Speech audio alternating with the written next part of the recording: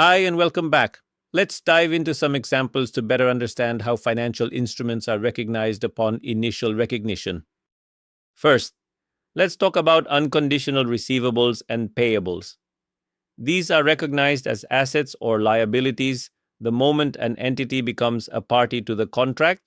This is because the entity now has a legal right to receive or a legal obligation to pay cash. For a firm order, things are slightly different. The order is not immediately recognized as an asset or liability when the commitment is made. Instead, it's recognized only once the goods or services have been shipped, delivered, or rendered. Now, when it comes to a firm commitment to buy or sell non-financial items that is treated as a financial instrument, the net fair value of the commitment is recognized as an asset or liability on the commitment date. Let's move to hedging scenarios. If a previously unrecognized firm commitment is designated as a hedged item in a fair value hedge, any changes in the net fair value attributable to the hedged risk are recognized as an asset or liability after the hedge begins.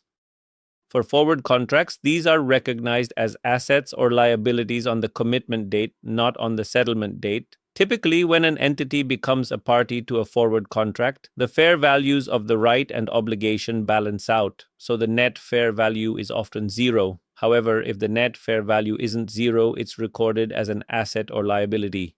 Similarly, option contracts are recognized as assets or liabilities when the holder or writer enters into the contract.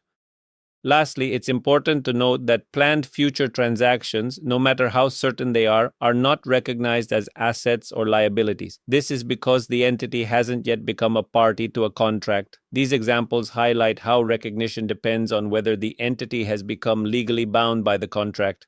Thanks for tuning in. See you in the next session.